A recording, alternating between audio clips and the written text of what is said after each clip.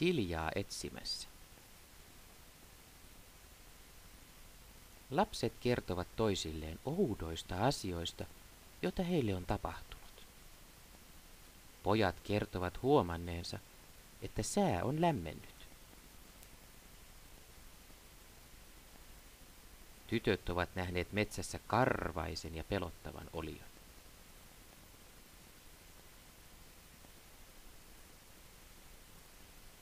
Mennäänkö etsimään mun hevosta Siljaa?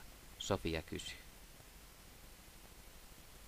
Samalla voidaan tutkia, miksi lumet sulavat ja puista tippuu vettä.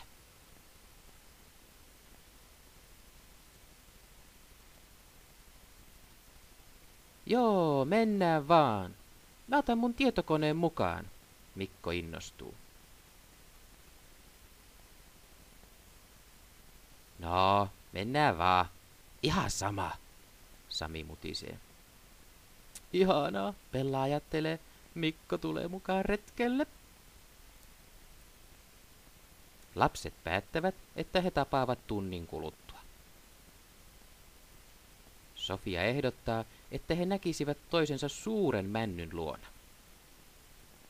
Lapset lähtevät koteihinsa pakkaamaan.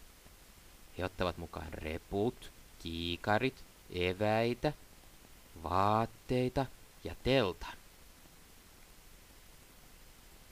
He varautuvat siihen, että retki voi kestää monta yötä. Mikko ottaa mukaan tietokoneensa, koska hän aikoo käyttää tietokoneen karttaohjelmaa. Sami ja Mikko kertovat vanhemmilleen, että he ovat lähdössä retkelle uusien ystäviensä kanssa. Äiti ja isä antavat luvan. Sofia ja Bella lähettävät vanhemmilleen tekstiviesti.